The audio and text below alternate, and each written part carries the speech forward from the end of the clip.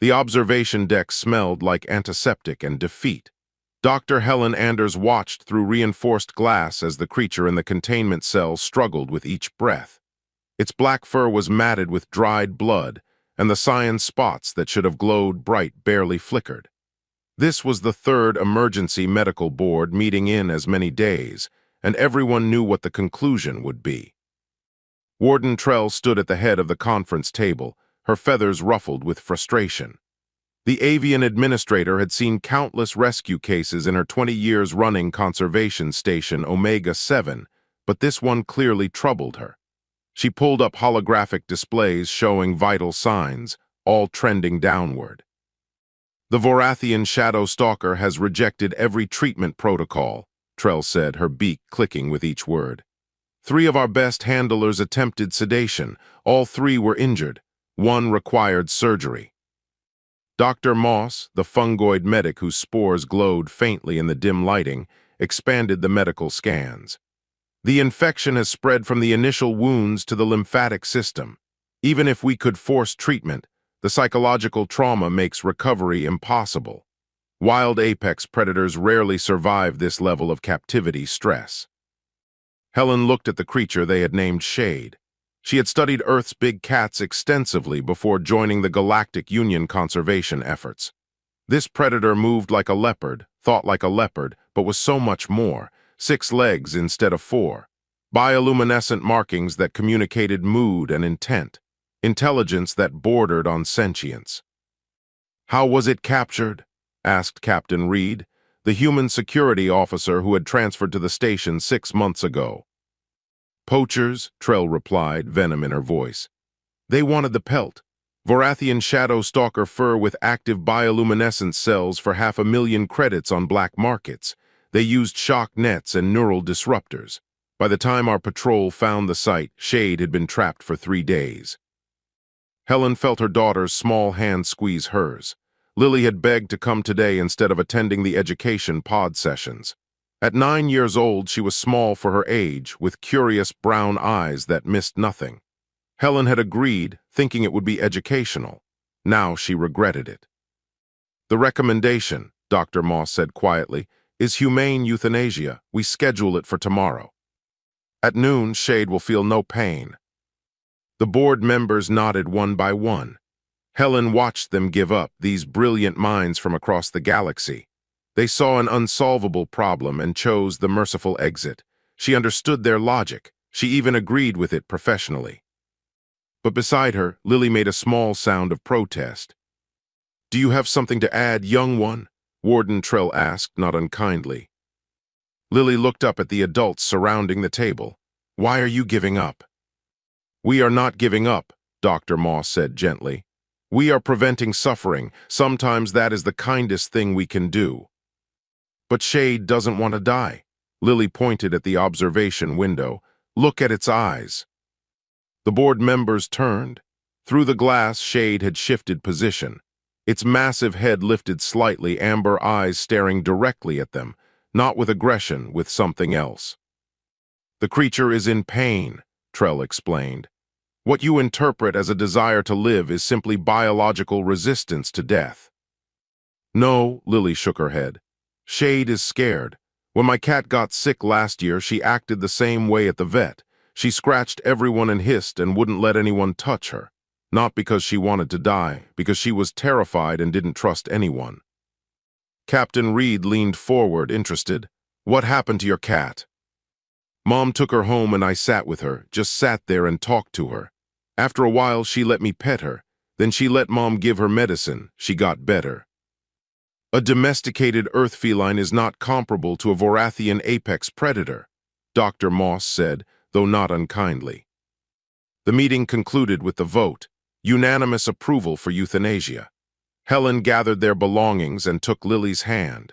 Her daughter remained silent during the walk back to their quarters, but Helen could feel the tension radiating from her. That evening, Helen found Lily staring out their viewport at the stars. "Sweetheart, I know this is hard, but Dr. Moss is right. We cannot always save everyone." "You are not even trying." Lily's voice was quiet but firm. You are all so smart, but you don't understand. Shade is alone and hurt, and everyone who comes near wants to stick needles in it or put it to sleep. How is it supposed to trust anyone? What would you do differently? Lily turned from the window. I would sit with Shade, not to do anything, just to be there, so it knows someone cares. Helen smiled sadly and hugged her daughter. You have a good heart, but sometimes good hearts cannot fix everything. Lily went to bed without arguing, which should have warned Helen that something was wrong. But she was exhausted from the day's emotional weight and fell asleep quickly. At 3 in the morning, she woke to use the bathroom and noticed Lily's door open. The bed was empty. Helen's heart seized with panic. She checked the common areas, the observation lounges, even the rec rooms. All empty.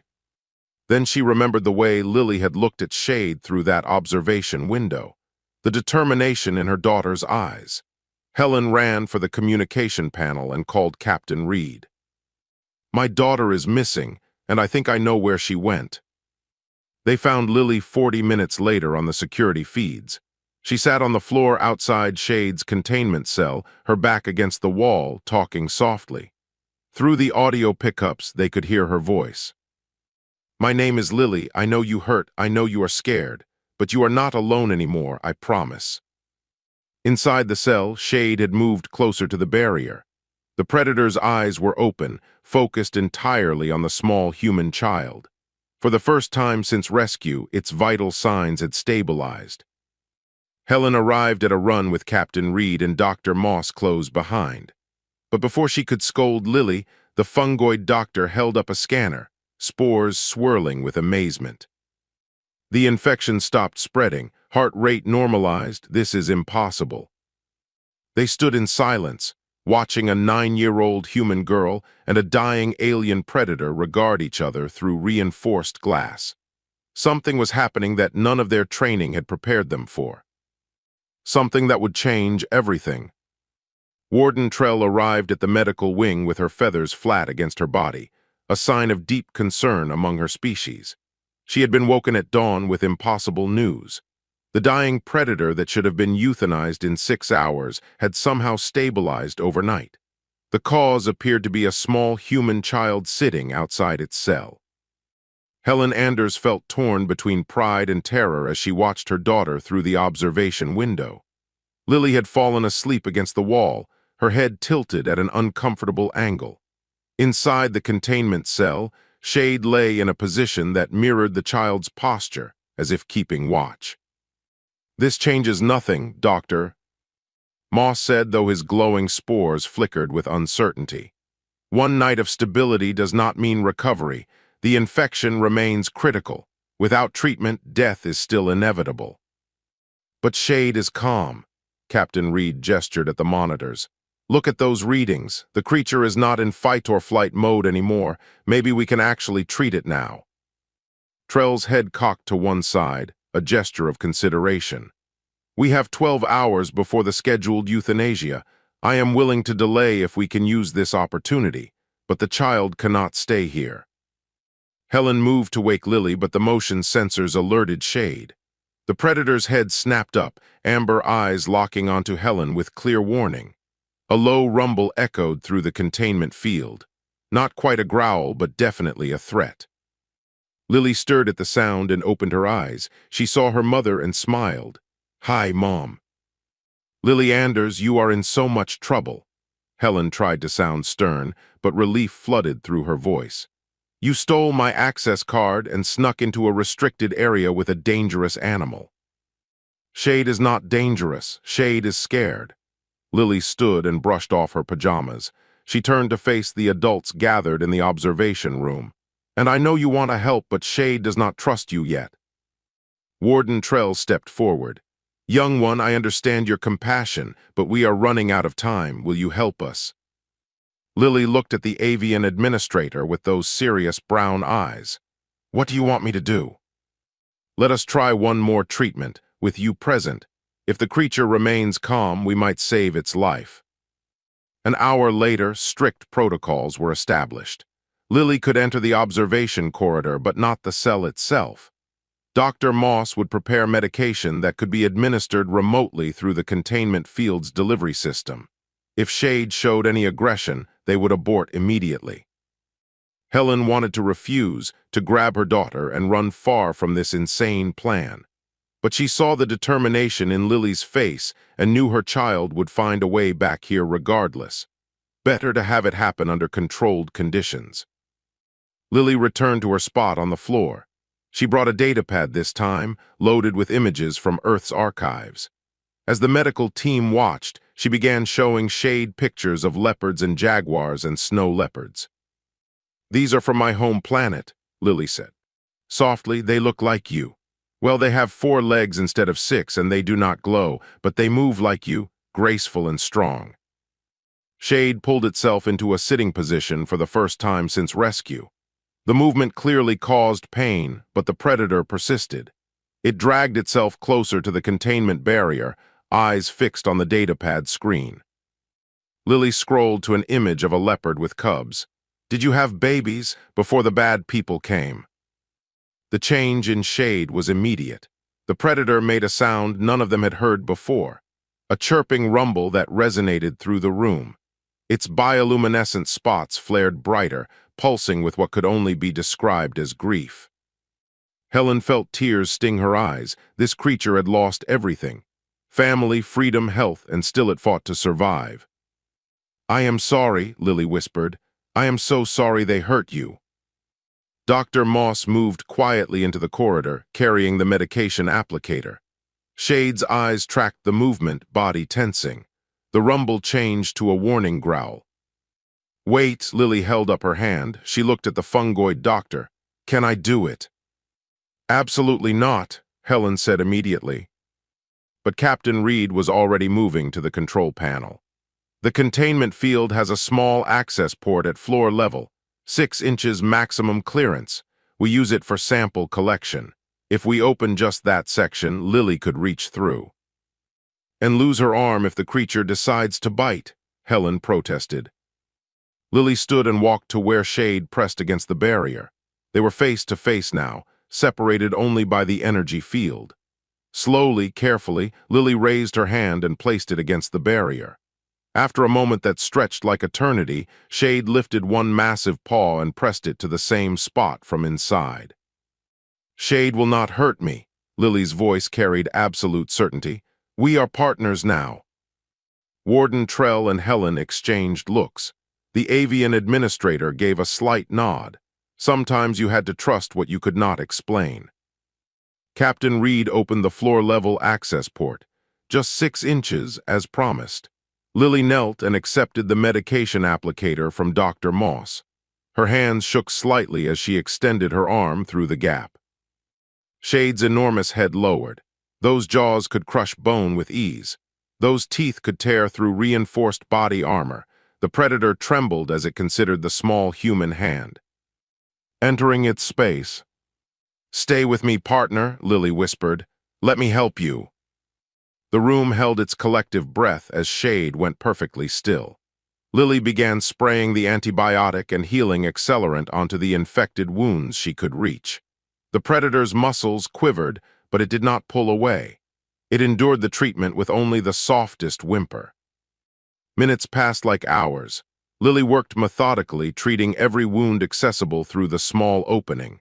When the canister emptied, she withdrew her hand slowly. Shade watched her the entire time. Then the predator did something that made Dr. Moss's spores flash with astonishment. It began to purr, a deep, rolling sound that reverberated through the deck plating. Captain Reed grinned. "I think that means thank you." Lily pressed her forehead against the barrier.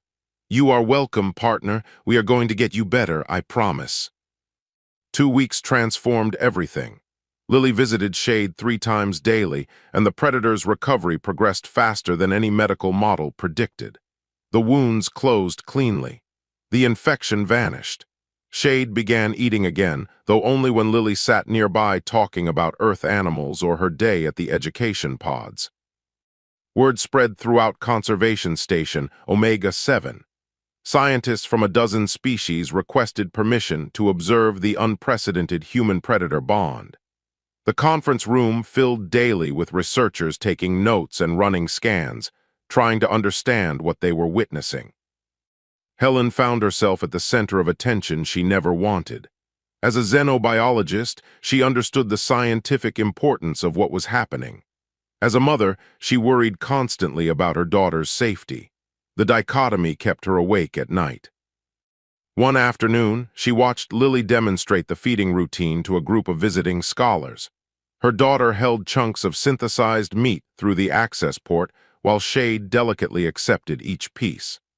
The predator could have easily snapped up Lily's entire hand with the food, but instead took only what was offered. "Fascinating," murmured a crystalline researcher whose name Helen could not pronounce. "The Vorathian demonstrates clear understanding of human fragility and adjusts behavior accordingly. This suggests conscious choice rather than instinctive response." "My daughter is not conducting an experiment," Helen said quietly. "She is taking care of a friend." The crystalline being's facets refracted confusion. "Is there a difference?" Helen realized that perhaps there was. For many species in the Galactic Union, observation and interaction were clinical processes, but humans brought something different. They brought emotion, connection, the ability to see another being not as a subject but as an individual worthy of care. That evening, Captain Reed found Helen in the station's small garden dome, where earth plants grew under artificial sunlight. She sat among the tomato plants, datapad displaying research articles she had been reading. "Found something interesting?" Reed asked, settling onto the bench beside her. "I have been researching Earth's history with animal domestication. Dogs, horses, cats, falcons, species that other intelligent aliens in the galaxy consider impossible to tame. But humans managed it repeatedly. We have a gift for making friends with things that could kill us," Reed said with a slight smile. "It is more than that." Helen expanded one of the articles. "Look at this. Wolves were apex predators who competed with humans for resources. By all logic, they should have remained enemies. But somewhere around 15,000 years ago, humans and wolves began cooperating, not through dominance or force, through mutual benefit and trust." Reed studied the images of ancient humans hunting alongside wolf companions. "You think that is what Lily is doing, domesticating an alien species?" "No, domestication implies changing a species over generations to serve human needs. Lily is doing something different. She is building a partnership with a wild creature on its own terms. She does not want to change Shade. She wants Shade to heal and be free." Before Reed could respond, an alarm chimed on his comm unit. He listened briefly, then stood. "Warden Trell is calling an emergency meeting, something about Shade's release schedule." The conference room was crowded when they arrived. Trell stood at the head of the table with Dr. Moss beside her. The fungoid doctor's spores swirled with agitation. "Shade has been medically cleared for transport," Trell announced. "The wounds are healed. Psychological evaluation shows significant improvement. Conservation protocols require we return the creature to Vorath 3 within the next 5 days." Helen felt her stomach drop. She glanced at Captain Reed, who looked equally troubled. "Has anyone told Lily?" Helen asked. "That is why you are here. We need your help preparing your daughter for separation. This bond she has formed is extraordinary, but it cannot be permanent. Shade belongs in the wild." Helen found Lily in their quarters that night, drawing pictures of Shade on her datapad. She sat beside her daughter and pulled her close. "Sweetheart, we need to talk about Shade." Lily looked up with those knowing brown eyes. "They are sending Shade home, aren't they?" "Yes, in 5 days, to Vorath 3 where Shade's species lives. There are only 200 Shadow Stalkers left in the entire galaxy. Shade needs to help rebuild that population." Tears welled in Lily's eyes, but she did not let them fall. "I know, Shade told me." Helen blinked. "Told you how?" "The spots, the bioluminescent markings. They change patterns when Shade is happy or sad or thinking about home. Last week they started showing me forests and mountains. Shade misses Vorath 3. They sat together in silence for a while. Finally, Lily spoke. "Can I visit Shade every day until transport? I want to prepare my partner for going home." Over the next 4 days, Lily's visits changed in tone.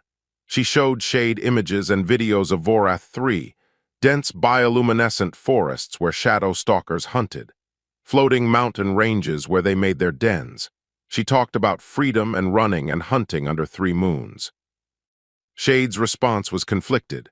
The predator's spots would pulse with longing when seeing images of home, but dim when Lily talked about leaving. On the final night before transport, Shade pressed against the containment barrier and made a low, mournful sound.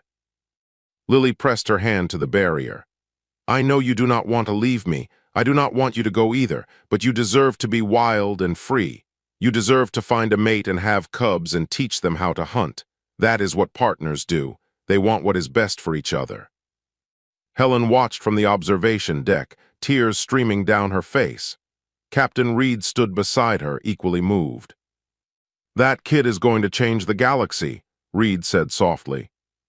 Morning arrived with the transport team. They assembled with sedation equipment, expecting the same resistance Shade had shown during initial rescue. But when they opened the containment cell, something unexpected happened. Shade walked out calmly and headed straight for the transport crate.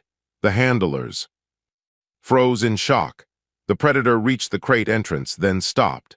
It turned and looked down the corridor to where Lily stood watching, tears streaming freely now. Those amber eyes held a question, a choice.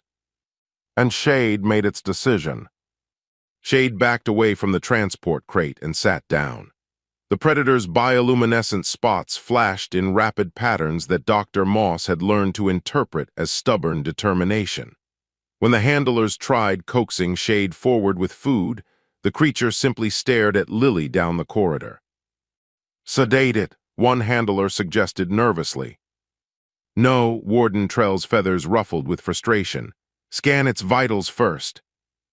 Dr. Moss ran his medical scanner over Shade from a safe distance. His spores flickered with confusion.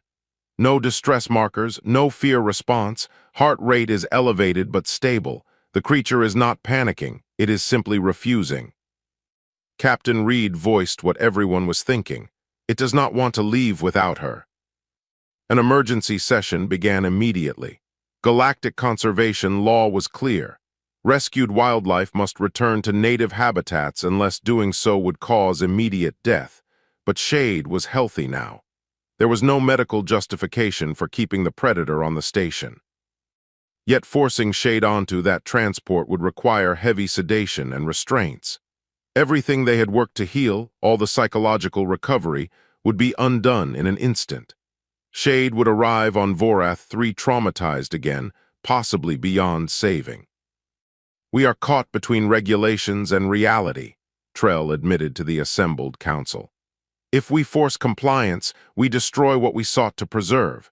If we delay, we violate conservation protocols that have kept endangered species alive for 300 years. A holographic transmission activated. An elderly Vorathian appeared, her own bioluminescent markings dimmed with age. She introduced herself as Elder Kess, representative of the Vorathian Cultural Council.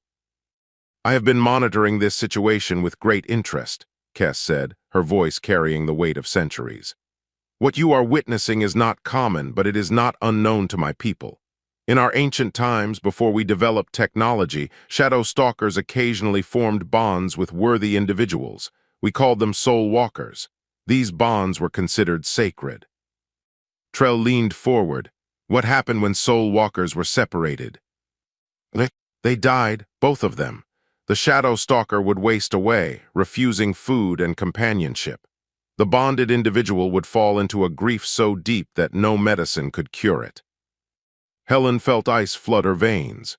She looked at Lily standing near Shade, one small hand resting against the predator's side. Her daughter looked so tiny next to the massive creature, yet somehow they fit together perfectly. "Are you saying separation would kill them?" Helen asked. Elder Kess's markings pulsed sadly. "The bond appears genuine. If severed now, both would suffer tremendously, possibly fatally." The council erupted in debate. Voices from a dozen species argued about precedent and protocol and possibilities. Helen stopped listening to them. She watched her daughter and knew what had to happen, even if it terrified her.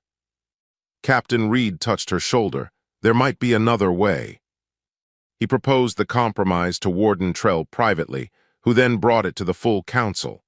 If Shade truly had bonded with Lily, then perhaps the solution was not to separate them, but to honor the bond. Helen and Lily would relocate to Vorath 3 for a minimum of 2 years. They would live at the conservation station there, helping establish the protected reserve program. Shade would be free to roam the wilderness but could return to the station and to Lily at will. This arrangement would give the Predator both freedom and companionship. It would also allow xenobiologists to study the unprecedented human-Vorathian bond in detail. The vote took 3 hours. Species representatives argued about precedent and risk and the proper role of humans in galactic conservation. Finally, Elder Kess spoke again. My people would welcome this arrangement. The human child has saved one of our most endangered species. If Shade has chosen her as Soul Walker, we will honor that choice. Vorath 3 will be open to them. The motion passed with a narrow majority. When the decision was announced, Lily was brought to the conference room. Helen knelt beside her daughter and took both small hands in hers. Lily, the council has made a decision. Shade can go home to Vorath 3, but you and I would go too. We would live there for at least 2 years, maybe longer. You would leave behind your friends, your school, everything familiar. This is not a small thing. Lily looked at her mother with those serious brown eyes that seemed too old for a 9-year-old. Face, what about Dad? Helen's heart clenched. Her husband had stayed on Earth to complete his own research contracts. They had planned to reunite in 6 months when Helen's station assignment ended. Now that timeline was shattered. Dad and I talked. He supports whatever you decide. But Lily, this has to be your choice. No one will force you to go. There are other options. Like what? The council could try to find another human child to bond with Shade, or develop new protocols for treating traumatized predators based on what we learned from you. You have already done so much. Lily turned to look through the observation window where Shade waited in the corridor, still refusing to enter the transport crate. The predator's eyes tracked Lily's movement, and its bioluminescent spots pulsed with hopeful patterns. When you saved that bird last year, Lily said quietly, the one with the broken wing, you could have left it. Someone else could have helped it. But you did not. You said partners do not abandon each other. This is different, sweetheart. That bird was on Earth. This is an alien planet. But it is not different. Lily stood and walked to the window. She placed her hand against the glass. Down the corridor, Shade rose and approached, pressing its massive paw to the barrier from the other side. Shade is my partner. Partners do not leave each other behind. Where Shade goes, I go. Helen looked at her daughter and saw not a child, but someone far wiser. Someone who understood that some bonds transcend species, planets, or convenience. She thought about her research, about humans and wolves hunting together 15,000 years ago, about how that partnership had changed both species forever. Okay, Helen whispered. We will go to Vorath 3 together. Lily smiled through tears and hugged her mother fiercely. Behind them, Shade released a sound they had never heard before, a joyful, rolling purr that made the deck plating vibrate. 3 months passed in a blur of preparations. Helen arranged transfers and packed their lives into cargo containers. Video calls with her husband grew longer and harder as departure approached. He understood, but she could see the loneliness in his eyes when they said goodbye each night. Lily threw herself into learning everything about Vorath 3. She studied the ecology, the climate patterns, the behavior of native species. Captain Reed began teaching her. Basic wilderness survival skills adapted for alien environments. She absorbed it all with fierce determination. Shade remained calm through the preparations, as if understanding this delay was necessary. The predator spent hours with Lily, letting her examine its retractable claws and explain them to visiting researchers. Scientists from across the galaxy came to document the bond before they departed. One researcher, a tentacled being from a water world, asked Lily how she communicated with Shade when they shared no common language. "We do share a language," Lily explained patiently. "It is not words, it is trust. When Shade spots pulse fast, that means excited or worried. Slow pulses mean content. No glow means scared or sick. And I talk to Shade about everything, even when I know the words do not make sense, because tone matters, because being there matters." The researcher's tentacles curled with fascination. "Your species forms emotional bonds with such ease. How is this possible?" Lily shrugged. "Because every living thing wants the same stuff, to be safe, to be understood, to matter to someone. Shade matters to me. I matter to Shade. That is all partnership really is." The transport ship to Vorath 3 was smaller than the station, but comfortable. It would take 3 weeks to reach the distant planet. Shade was given a large cargo bay modified with environmental controls and enough space to move freely. Lily visited constantly, sleeping in a hammock she had strung near Shade's resting area. Helen watched her daughter adapt to life aboard ship and marveled at how much Lily had grown in just a few months. The shy child who struggled with other kids at school had become confident and purposeful. She had found something to care about beyond herself, and it had changed her completely. Halfway through the journey, Helen found Lily sitting with Shade in the cargo bay, both of them watching the stars pass through the observation port. "Do you think Shade will still want to be with me when we get to Vorath 3? Lily asked quietly. "When Shade has forests to run in and freedom to go anywhere." Helen sat beside her daughter. "I think Shade will always want to be with you, but Shade also needs to be wild. Those two things do not cancel each other out. They just mean your partnership will look different than it does now. What if Shade finds a mate? What if Shade has cubs and does not need me anymore?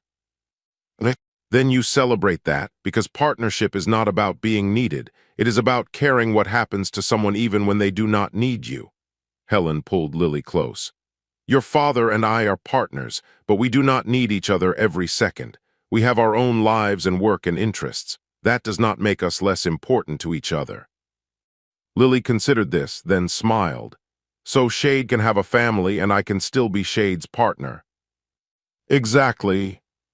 The ship dropped out of faster-than-light travel 3 weeks later. Through the viewports, Vorath 3 appeared like a jewel, swirling clouds in shades of purple and green, 3 moons orbiting in complex patterns. As they descended toward the conservation station, the bioluminescent forests became visible, glowing against the darkness. Shade pressed against the observation port, spots pulsing wildly. A high-pitched sound emerged from the predator, something between a cry and a song. Helen had never heard Shade make such a noise. "Shade remembers," Lily whispered. "Shade is home." Conservation Station Vorath sat in a clearing carved from ancient forest. It was smaller than Omega 7, but beautifully designed, with architecture that blended into the natural landscape. Elder Kess herself waited at the landing platform, her aged markings dim but dignified. "Welcome, soul walkers," she said in accented but clear English. "Vorath 3 has awaited your arrival." The first few days were overwhelming. Helen began work cataloging native species and establishing research protocols. Lily attended orientation sessions about local dangers and safety procedures, but both of them felt Shade's restlessness growing. The predator prowled their assigned habitat unit, stopping frequently at windows that overlooked the forest. Its spots flickered with longing. Finally, on the 5th day, Captain Reed arrived with news. He had transferred to Vorath Station as head of security specifically to help Helen and Lily adjust. Now he stood in their doorway with a grin. "The medical board has cleared Shade for wilderness release. Tomorrow morning, if you are ready." They gathered at the forest edge at dawn. The station's outer gate opened onto a trail that led deep into bioluminescent trees. Elder Kess and a small group of Vorathian observers joined them, along with Dr. Moss, who had also transferred to continue studying the bond. Shade stood at the threshold between station and wilderness. For the first time since rescue, no barriers separated the predator from freedom. Those 6 legs tensed, ready to run. "Go on," Lily said softly. "Go be wild." Shade looked at her with those amber eyes. Then the predator turned and vanished into the forest in 3 powerful bounds. The bioluminescent undergrowth swallowed its form in seconds. Lily stood watching long after Shade disappeared. Elder Kess touched her shoulder gently. "The first separation is always hardest, but soul walkers always return to each other. Give it time." Days passed, then a week. Lily tried to focus on schoolwork transmitted from Earth and on exploring the station. But she watched the forest constantly, waiting for a glimpse of black fur and glowing spots. Helen grew worried. Had they been wrong? Had Shade chosen freedom over partnership after all? On the 9th day, Lily sat on their habitat's porch as the first moon rose. The forest glowed with natural bioluminescence, creating patterns of light and shadow. Helen prepared to call her daughter inside when Lily suddenly stood. "Shade," she whispered. Helen looked and saw nothing. Then a pair of amber eyes appeared in the tree line. Shade emerged from the forest slowly, moving with confidence and grace that had been missing in captivity. The predator was healthy, strong, wild. Shade approached the porch and sat, made that rumbling purr sound. Lily walked down the steps carefully and wrapped her arms around the massive neck. "I knew you would come back," she said into Shade's fur. "Welcome home, partner." 5 years changed everything and nothing. Lily was 14 now, taller but still small for her age. She moved through Vorath's forests with confidence that would have terrified her 9-year-old self. The bioluminescent trees were as familiar as the streets of her childhood neighborhood on Earth. Shade appeared at the station 3 or 4 times each week, sometimes for hours, sometimes just minutes. The predator had found its wild rhythm, hunting and patrolling ancient territories, but always Shade came back. The real transformation happened in the 3rd year. Shade arrived one evening with a companion, another shadow stalker, slightly smaller with violet bioluminescent markings. Lily had frozen on the porch, heart pounding, as the 2 predators approached together. Shade made introduction sounds, a series of chirps and rumbles. The other, Shadow Stalker, female based on her markings, studied Lily with cautious amber eyes. After a tense moment, she approached and sniffed Lily's extended hand. "Hello," Lily had whispered. "I am Lily, Shade's partner." Elder Kess later explained that in Vorathian culture, introducing a mate to one's soul walker was the highest form of trust. Shade was saying that Lily belonged to the family. Now, 2 years later, Lily sat on the forest cliff that had become her favorite thinking spot. Below, the valley stretched in bioluminescent glory. 3 moons hung in the purple sky, casting triple shadows. Captain Reed found her there, as he often did. He had become like family over the years, a protective uncle who taught her to read weather patterns and track native species. "Visitors arrived today," Reed said, settling beside her. 6 more injured shadow stalkers, rescued from another poaching operation in the Northern Territories. Lily felt the familiar ache in her chest. Even with conservation efforts and galactic laws, poachers still hunted these beautiful creatures. How bad? Similar to how Shade was, traumatized, aggressive, refusing treatment, the medical team is out of options. Reed paused. "They are asking for you." But Lily shook her head. "I cannot bond with 6 more predators. I am one person." "I know, that is why Helen had an idea." Her mother's proposal was radical. Establish a formal program matching human children with traumatized shadow stalkers, not as handlers or trainers, but as companions, as partners who could help scared predators remember how to trust. 8 human families now lived on Vorath Station, staff members who had transferred over the years, bringing their children. Helen suggested recruiting volunteers from the 12 kids aged 8 to 15, train them properly, let them help.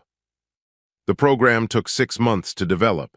Lily helped design the training, teaching other kids what she had learned. How to read spot patterns, how to move slowly and speak softly, How to understand that partnership was not about control, but about mutual respect. 5 children completed training. Each was carefully matched with a rescued shadow stalker based on personality. The results astonished even Helen. 3 of the 5 predators responded positively. They began accepting treatment, eating again, showing signs of recovery. 2 did not bond, but they also did not deteriorate, just having. Calm human presence nearby seemed to help. Word spread through the Galactic Union. The head of Conservation Services visited personally, a crystalline being who had once questioned whether there was a difference between observation and friendship. Now they understood. Humans possess a unique capacity, the official announced at a formal symposium. The ability to form genuine emotional connections across vast biological and cultural differences. This has value beyond what we previously recognized. That night, Lily walked into the forest with a small pack of supplies. Shade met her at the usual spot, but tonight the predator was not alone. 3 cubs tumbled around their mother's legs, playing and wrestling. They were 4 months old now, healthy and wild. The smallest cub, brave and curious like its parent, approached Lily. It sniffed her boots, and then, in a gesture that made Lily's heart swell, it head-butted her hand gently. Shade watched with those knowing amber eyes, purring approval. "They are beautiful," Lily said, tears streaming freely. "You did so good, partner." She spent an hour playing with the cubs while Shade rested nearby. When the moons reached their zenith, Shade gathered the cubs and prepared to return to their den deep in the forest. But before leaving, Shade approached Lily one more time. The predator pressed its forehead to Lily's chest, a gesture they had developed over the years. It meant trust. It meant family. It meant goodbye for now, but never goodbye forever. Later, Helen found Lily on their habitat porch, staring at the forest. "Your father sent another message. He misses us. He is asking again when we might come home." Lily considered the question seriously. Earth was home in many ways. Her father was there, along with friends and family she barely remembered. But this place, this glowing alien world with its 6-legged predators and triple moons, had become home too. "What do you want to do, Mom?" Helen smiled. "I want what is best for you, but I also want what is best for the program we have built here.